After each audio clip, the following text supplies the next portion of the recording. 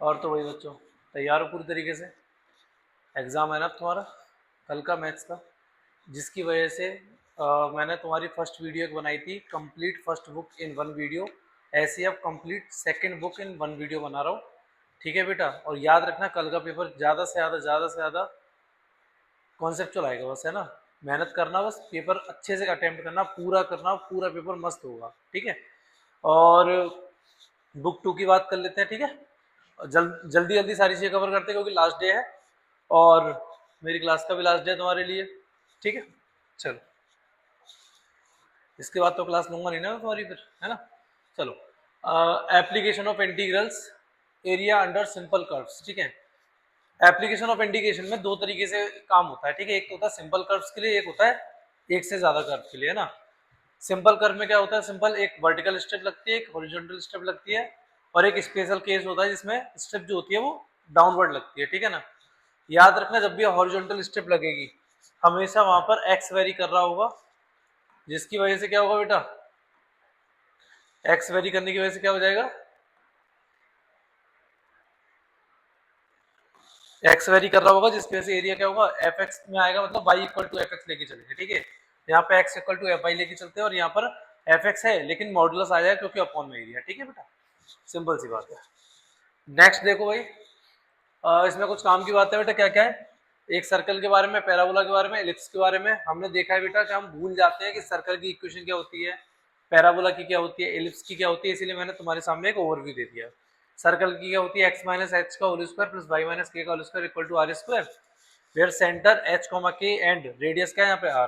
कुछ इंपॉर्टेंट बात लिख रही है क्या, अगर सर्कल स्टैंडर्ड फॉर्म में नहीं है तो हम परफेक्ट स्क्वायर की हेल्प से स्टैंडर्ड फॉर्म में लिखेंगे, उसके बाद क्वेश्चन सॉल्व करेंगे। ठीक है, अगर पैराबोला स्टैंडर्ड फॉर्म में नहीं है तो हम क्या करेंगे, वहाँ पे एक एक करके एक्स की जगह जीरो, वाई की जगह जीरो, इस तरीके से पुट करके वैल्यूज निकाल लेंगे, जिससे हमारे पास क्रिटिकल पॉइंट्स आ जाएंगे आगे जाने के लिए, है ना। मतलब एक पॉइंट ये रहा, आगे के लिए पॉइंट आ जाएगा, है ना। चार स्टैंडर्ड पैराबोलास होते हैं। एलिप्स की जो इक्वेशन होती सेम है, बस यहाँ पर एक ही एक ही वैल्यू बड़ी है, यहाँ पर एक वैल्यू छोटी है। इस डायग्राम के थ्रू समझ सकते हैं ना बेटा। नेक्स्ट क्या है, सबसे इंपॉर्टेंट, मैंने यहाँ पे 4 इंपॉर्टेंट कर्व्स दे दिए हैं, इसकी मदद से किसी भी इस लेवल का सवाल आ जाए एक बार तुम लोग कर दोगे। जैसे पहला सवाल क्या है, एक सर्कल है और एक लाइन जा रही है। ठीक है बेटा, एक सर्कल और एक लाइन जा रही है। मैं एक बात और बता दूं, प्रोबेबिलिटी इतनी अच्छी तरीके से समझाई मैंने अभी यहाँ पे कि किसी भी क्वेश्चन को देखने के बाद तुमको डाउट नहीं आएगा कि इस सवाल में मुझे लगानी कौन सी थ्योरम है। ठीक है ना, बस ध्यान देना थोड़ा सा अभी आगे। जैसे मुझे मान लो इस सर्कल में इस लाइन के थ्रू ये इतना हिस्सा पूछा बस एरिया में। ठीक है, तो मैंने कहा कि यहाँ से यहाँ तक गया, पहले पहले लाइन का देखो, याद रखो, इतना याद कर लो बस, मुझे कहाँ से कहाँ तक का एरिया चाहिए। तो पहले जो भी चीज कवर करते जा रहे हैं उसको लेके चलो, फिर बाद वाले लेके चलो, है ना।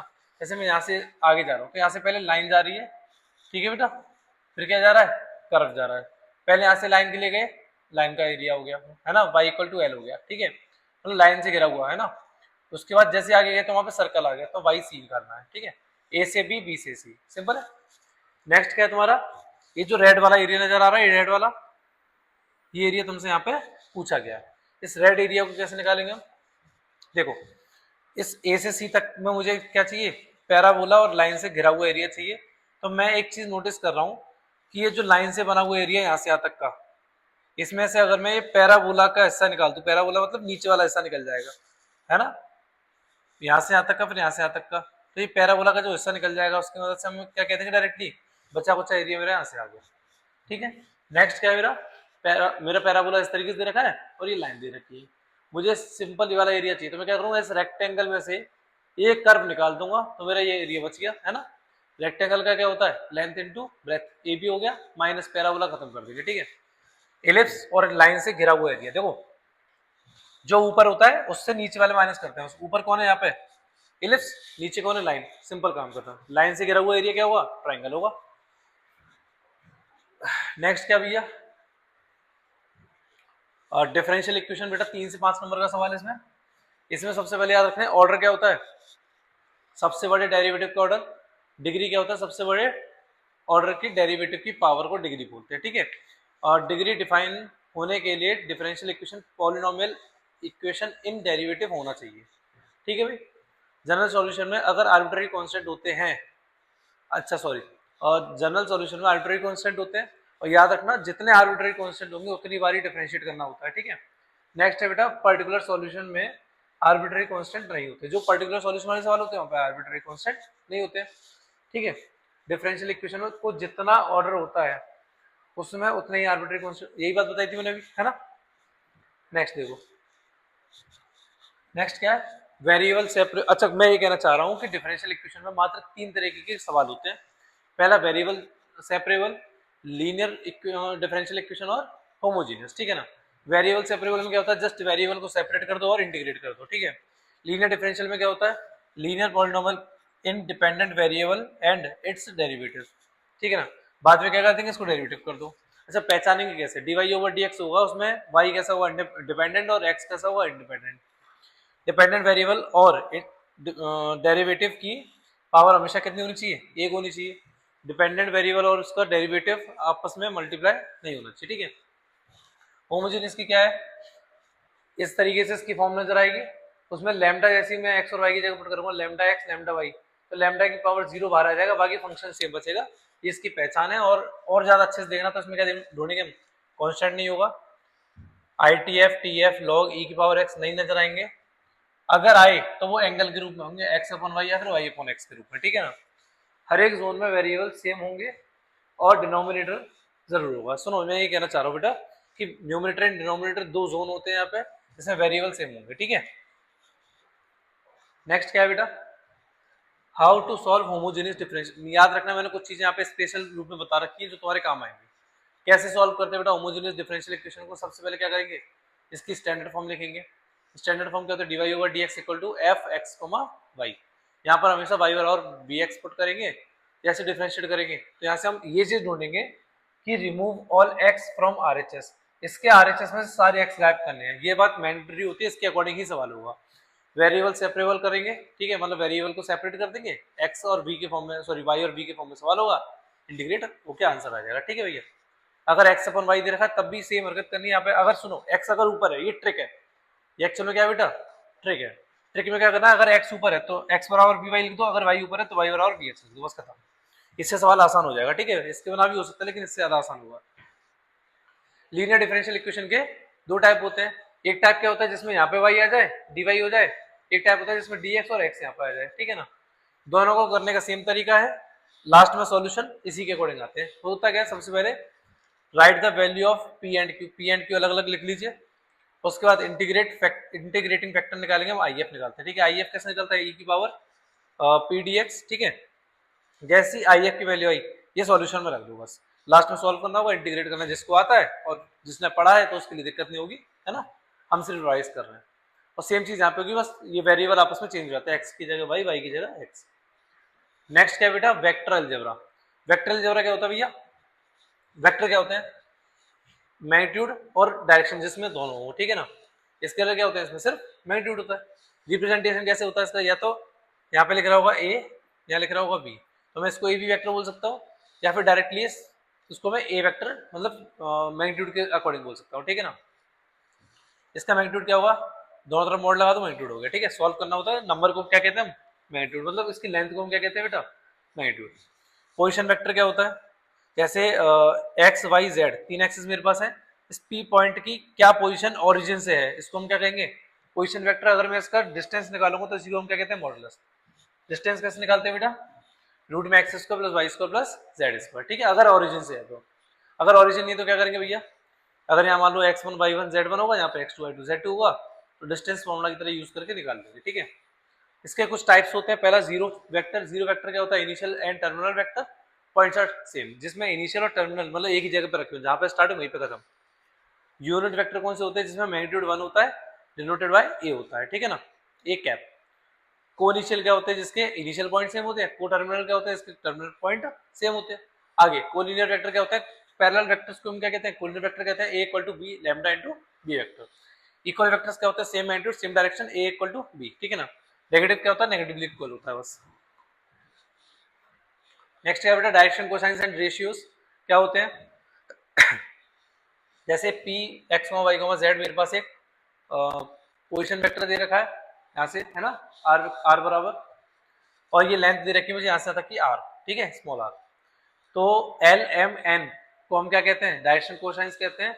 अब डायरेक्शन कोसाइंस कह रहे तो L equal to cos alpha, cos ये कॉस बीटा और ये कॉस गामा, इन सब की वैल्यू मैंने इंडिविजुअल लिख दी, X upon R, Y upon R, Z upon R. Where R क्या होता है बेटा, यहाँ पे आर क्या होता है, यहाँ पर आर क्या होता है, आर की वैल्यू होती है यहाँ पर रूट में X square plus Y square plus Z square, जो मैंने अभी पीछे लिखवाई थी, है ना। आगे देखिए सर, इसका एक रिलेशन होता है कि L square plus M square plus N square equal to 1। ये कॉस के लिए सेम होगा लेकिन साइन के लिए यहाँ पर 2 आता है, डायरेक्ट एमसीक्यू आ सकता है, देख लेना बेटा, है ना। Any numbers proportional to X, Y, Z, direction ratios, ठीक है, सिंपल बात है। एडिशन के दो मेथड्स होते हैं, ट्रायंगल लॉ और पैरेललोग्राम लॉ। ये तुमने 11th फिजिक्स में ही पढ़ा हुआ, यहाँ पे भी देख लो जरा। ए से बी गए या डायरेक्ट ए से बी गए, फिर बी से सी गए, या फिर ए से सी गए, बात एक ही पड़ी, वेक्टर का मतलब ये होता है, ठीक है ना। सेम इसका पैरेललोग्राम का देख लेना एक बारी। नेक्स्ट है बेटा, अगर मेरे पास दो वेक्टर इस तरीके से रखे तो जोड़ेंगे कैसे, आई के साथ वाले जोड़ दो वाई के साथ, जेड के साथ, सब्ट्रैक्शन सेम। इक्वल में क्या होगा, एक्स बराबर एक्स होगा, वाई बराबर वाई, जेड बराबर जेड, कोएफिशिएंट्स बराबर हो जाते हैं डायरेक्शन के अकॉर्डिंग। मल्टीप्लिकेशन में क्या हो जाता है भाई, मल्टीप्लिकेशन मतलब स्केलर की बात करूं, किसी नंबर से जब मैं मल्टीप्लाई करूंगा तो वो नंबर हर एक में मल्टीप्लाई हो जाएगा। वेक्टर ज्वाइनिंग 2 पॉइंट्स क्या होते हैं भैया, 2 पॉइंट है मेरे पास, वेक्टर ज्वाइनिंग की बात करूं जैसे मैं पीछे बता रहा था, तो वो सेम चीज आएगा, इसका मैग्नीट्यूड क्या आ जाएगा, जैसे डिस्टेंस फॉर्मूला से निकालते हैं। सेक्शन फॉर्मूला एक बार देख लो, इजी है वैसे तो, कोई दिक्कत नहीं है, माइनस आएगा या प्लस आएगा, ठीक है। इसका मल्टीप्लाई इससे, इसका मल्टीप्लाई इससे, अपॉन दिस प्लस दिस, ठीक है ना, सेम चीज माइनस में हो जाएगी, ठीक है। नेक्स्ट क्या है बेटा, डॉट प्रोडक्ट और क्रॉस प्रोडक्ट। डॉट में क्या होता है, ए डॉट बी और ए बी कॉस थीटा होता है, जिसमें थीटा 0 से 180 होता है। यहाँ पर ए क्रॉस बी क्या होता है, A B sine theta N cap, N cap क्या बताता है, डायरेक्शन, ये 0 से 180 होता है, ठीक है। इसमें कुछ इसकी प्यारी प्यारी प्रॉपर्टीज लिख रही है, क्या क्या लिख रहा है, ए डॉट बी और बी डॉट ए होता है, ए डॉट इंटू ए डॉट करूंगा तो ए डॉट का स्क्वायर आ जाएगा, ठीक है ना, मतलब ए मोड का स्क्वायर आ जाएगा। ए डॉट बी करूंगा अगर 0 है, इसका मतलब ए और बी आपस में परपेंडिकुलर होंगे, ठीक है। If theta is 180 degree then A into B बराबर माइनस का ए बी हो जाएगा, ठीक है, मतलब मैं डायरेक्टली मैग्नीट्यूड को ए और बी बोल रहा हूँ। Angle between A and B cos theta बराबर डायरेक्ट फॉर्मूला लग जाएगा। ये छोटी मोटी कोई आई जे के की बातें हैं, पढ़ लेना, और कुछ प्रॉपर्टीज है इसकी देख लेना। नेक्स्ट क्या है यहाँ पर, सेम प्रॉपर्टीज, ठीक है, सेम प्रॉपर्टीज एक बार देख लो, स्क्रीनशॉट ले लो, पढ़ लेना, टाइम नहीं लगेगा ज़्यादा, है ना। नेक्स्ट क्वेश्चन क्या बेटा, हाँ, अगर तुम्हारे पास ये चीज़ दे रखी है, मैं इसको क्वेश्चन के लिए बता रहा हूँ, ए डॉट बी कैसे करोगे, अगर इस तरीके से रखा है x1 x2 y1 y2 z1 z2, और क्रॉस निकालना तो आई जे के हो गया, x1 x2 y1 y2 z1 z2, इस तरीके से लिख देंगे, ठीक है, ऐसा सॉल्व हो जाएगा। अब देखो बेटा आगे, projection of A vector on B vector कैसे निकालते हैं भैया, ए बी का डॉट प्रोडक्ट कर देंगे अपॉन बी कर देंगे। ये कैसा आंसर बेटा, स्केलर होता है। अगर मुझे वेक्टर में आंसर चाहिए तो बी कैप का मल्टीप्लाई कर देंगे, ठीक है। थीटा 0 है, प्रोजेक्शन तुम्हारा कैसा होगा, ए बी के बराबर होगा। थीटा 180 मतलब पलट गया, मतलब बी ए के बराबर होगा। थीटा 90 मतलब प्रोजेक्शन तुम्हारा होगा ही नहीं, 0 हो जाएगा, परसाई 0 हो जाएगी, ठीक है। इसका सवाल मैंने क्लास में कराया था। अगला क्या है, 3 डायमेंशनल ज्योमेट्री। इसमें क्या होता है बेटा, सिंपल, लाइन जो है 1 पॉइंट फॉर्म की भी हो सकती है, 2 पॉइंट फॉर्म की भी हो सकती है, ठीक है ना। तो R vector equal to A vector plus lambda B vector, A क्या है यहाँ पर, पोजीशन वेक्टर, और एम वेक्टर क्या है, मतलब बी वेक्टर को एम वेक्टर लिख दिया बस, ठीक है। एम वेक्टर क्या है यहाँ पर, पैरेलल वेक्टर है। वेक्टर इक्वेशन में ऐसे लिखते हैं, कार्टेशियन में ऐसे लिखते हैं, ठीक है ना। ऐसे ही 2 पॉइंट में क्या हो जाएगा, इसमें बी माइनस ए करके लिख देते हैं बस, है ना। इसका ए वेक्टर हो जाएगा और इसका बी वेक्टर हो जाएगा, बस माइनस करके लिख देंगे, और कार्टेशियन फॉर्म में कुछ इस तरीके से आता है, देख लेंगे एक बार इसको सब लोग। एंगल बिटवीन टू लाइंस में याद रखो, सिंपल, दो लाइंस का बीच में जितना एंगल होगा उनके पैरेलल वेक्टर के बीच में भी उतना ही एंगल होगा। तो मैंने पैरेलल वेक्टर उठाए, इन दोनों के बीच के cos थीटा वाला फॉर्मूला लगा दिया, खत्म हो गया सवाल, ठीक है। अब देखो बेटा आगे, अब देखो आगे जल्दी से। हाँ, अगर A1 A2 B1 B2 C1 C2 direction ratios के अकॉर्डिंग दे रखा है तो इसके अकॉर्डिंग ऐसे कर लेंगे, ठीक है। कार्टेशियन फॉर्म में इस तरीके से हो जाएगा। Angle in terms of direction question, ये थोड़ा सा डिफरेंट है, जो तुमने अभी तक नहीं पढ़ा है, इसको एक बार देख लेना बेटा, है ना। 2 लाइंस आर परपेंडिकुलर, ये कंडीशन, पैरेलल में ये कंडीशन होती है। नेक्स्ट क्या बेटा, शॉर्टेस्ट डिस्टेंस। शॉर्टेस्ट डिस्टेंस कैसे करते हैं, स्क्यू लाइंस के लिए अलग होता है, पैरेलल के लिए अलग होता है, ठीक है। स्क्यू लाइंस में ये फॉर्मूला लगता है और पैरेलल में ये फॉर्मूला लगता है। याद रखना, क्वेश्चन में हमें पैरेलल और स्क्यू लाइंस नहीं बताया जाएगा, हमको खुद चेक करना पड़ेगा। चेक करने के लिए सिंपल है, लैम्डा और म्यू में कोई ना कोई रिलेशन आ रहा हो और ये एक जैसे होंगे, ठीक है, इस तरीके से। और shortest distance between two intersecting lines are zero, जाहिर सी बात है दो लाइंस आपस में टकराएंगे तो इनके बीच की डिस्टेंस क्या हो गई, जीरो हो गई बेटा। दो मोस्ट इंपॉर्टेंट टॉपिक्स हैं जो तुम्हें इन वीडियो से कवर करने हैं। पहला वेक्टर 3D, ठीक है ना, जिसमें क्या बताया था मैंने, foot of perpendicular image. By chance अगर पेपर में आ जाए तो कर आओगे, इसलिए एक बार इसको देख लेना, ज्यादा नहीं, बस 15 मिनट्स की वीडियो है ना। और एक एलपीपी का सवाल के लिए मैंने ये दे दिया, मतलब पूरा चैप्टर एक ही बार में खत्म है। अगर टाइम मिल जाए देख जाना, अदरवाइज इसको खोलना, स्किप कर करके सारे नोट्स देख लेना किस तरीके से पेपर लिख के आना, लेकिन देख जरूर लेना। नेक्स्ट क्या भैया, प्रोबेबिलिटी। प्रोबेबिलिटी तुम्हारा 8 से 10 मार्क्स का आता है लगभग। प्रोबेबिलिटी में जो बच्चों को सबसे ज्यादा प्रॉब्लम आती है कि हम भाई सवाल पहचाने कैसे, वो पहचाने का तरीका बताऊंगा अभी, ठीक है। प्रोबेबिलिटी वाले कुछ चीजें समझो। कंडीशनल प्रोबेबिलिटी क्या कहती है भाई, ए अपॉन बी दे रखा है तो ऊपर intersection upon B, probability of B does not equal to 0, जाहिर सी बात है 0 होगा, सत्यानाश हो जाएगा, ठीक है। A upon B conditional probability of A when B has already occurred, ठीक है। इसके बारे में समझा दिया। हम हमेशा चेक करेंगे कि क्वेश्चन में इक्वली लाइकली इवेंट्स है या नहीं, अगर क्योंकि अगर इक्वली लाइकली इवेंट्स नहीं हुए तो एक्सियोमेटिक अप्रोच लगाई जाती है, ठीक है। एक्सियोमेटिक सिंपल है, जैसे अलग अलग किसी भी चीज के होने के चांस अलग अलग है, ठीक है। जैसे आप देखो बेटा, ए यूनियन बी क्या होता है, P A plus P B minus intersection, ये हमने सेट चैप्टर में पढ़ा है। अगर ये डिसजॉइंट है तो इसका मतलब क्या हो जाएगा, जीरो। डिसजॉइंट मतलब इनके बीच में कोई भी कॉमन पोर्शन नहीं है, ठीक है। ए माइनस बी मैंने क्लास में आज ही करवाया, ठीक है। बी माइनस ए भी हो जाएगा। ये थोड़ा सा स्पेशल केस है, अगर जरूरत पड़े देख लेना। ए प्लस किसी भी चीज के ना होने की प्रोबेबिलिटी क्या होती है, 1। A union B upon F बराबर क्या हो जाएगा, ए का A upon F, B upon F, intersection A intersection upon F, ठीक है। अगर यहाँ पे भी म्यूचुअली एक्सक्लूसिव आ रहा है, इसका मतलब इन दोनों फिर से कोई कॉमन पोर्शन नहीं होगा, तो बच्चा कुछ लिख देंगे, है ना, ये पोर्शन जीरो। एस मतलब सैंपल स्पेस, एफ मतलब किसी भी चीज की प्रोबेबिलिटी की बात कर रहा हूँ, मतलब कोई चीज हो चुकी है वही चीज की प्रोबेबिलिटी पूछ रहा था 1, या फिर सैंपल स्पेस अपॉन क्या हो जाएगा हमेशा 1। किसी भी चीज के जैसे कोई काम हो चुका है उसके बाद कोई काम हो या ना हो, दोनों के प्रोबेबिलिटी का सम भी क्या होता है, 1 होता है, ठीक है। सबसे इंपॉर्टेंट पेज ये है पूरी शीट के अंदर, सबसे ज्यादा इंपॉर्टेंट पेज ये है, ठीक है ना। इस बात को यहां मैं लिख भी दे रहा हूं, मोस्ट इंपॉर्टेंट स्लाइड, ठीक है भैया। सबसे इंपॉर्टेंट स्लाइड यही है पूरी पीपीटी के अंदर। सुनो, डिपेंडेंट वेरिएबल कौन से होते हैं, सॉरी डिपेंडेंट वेरिएबल है तो यहाँ पे क्या होगा, विदाउट रिप्लेसमेंट के क्वेश्चन आएंगे, और इंडिपेंडेंट होंगे तो वहां पे विद रिप्लेसमेंट के सवाल आएंगे। लेकिन काम की बात क्या है, मल्टीप्लिकेशन थ्योरम जो लगती है प्रोबेबिलिटी पे कुछ इस तरीके से लगती है, ठीक है। इंटरसेक्शन लग रहा है, पहले ई लिख दोगे तो ई हो चुका एफ होगा, अगर पहले एफ करवा तो ई होगा एफ के बाद, ठीक है। अगर हमें ए की प्रोबेबिलिटी फाइंड करनी है तो जो E1 E2 E1 En, ठीक है, से एसोसिएटेड होंगे तब टोटल प्रोबेबिलिटी थ्योरम लगती है, ठीक है। सिंपल सिंपल बातें हैं। प्रोबेबिलिटी ऑफ ए मतलब क्या हुआ, पहले E1 हो गया, E1 हो चुका है तो ए से होगा, फिर इस तरीके से पूरा दे रखा है। अगर इसी क्वेश्चन में ए ऑलरेडी हो चुका होता तो ये पूछा जाने की प्रोबेबिलिटी E1, अच्छा अगर ए पहले से हो चुका है उसके बाद E1 E2 वगैरह की पूछ रहा तो बेस थ्योरम लगेगी। इसका भी बाप है ये वाली स्लाइड। अब देखो इसको, मान लो तुम्हारे पास एक बॉक्स ए है, एक बॉक्स बी है जिसमें इतनी इतनी कुछ बॉल्स हैं, इसी से बने हुए कुछ सवाल मैंने डायरेक्टली तुम्हें बता दिए। कैसे बता दिए भैया, बैग ए सिलेक्ट किया और रेड बॉल निकाली, इसके चांस कैसे पता करेंगे, कंडीशनल प्रोबेबिलिटी से। रेड बॉल की प्रोबेबिलिटी चाहिए बस मुझे, मतलब नहीं है किस बैग से निकाल रहा हूं, तो क्या हो जाएगा, total probability theorem. Red ball निकल चुकी है, पता करो बैग ए से निकली है, तब टोटल, तब क्या आएगा तुम्हारा, बेस थ्योरम, ठीक है भैया। इतनी सी तुम्हारी कथा थी, ठीक है। कल जाओ पेपर में आग लगा दो और मुझे बस 100 ही चमकना चाहिए हर तरीके से, ठीक है बेटा, बाय।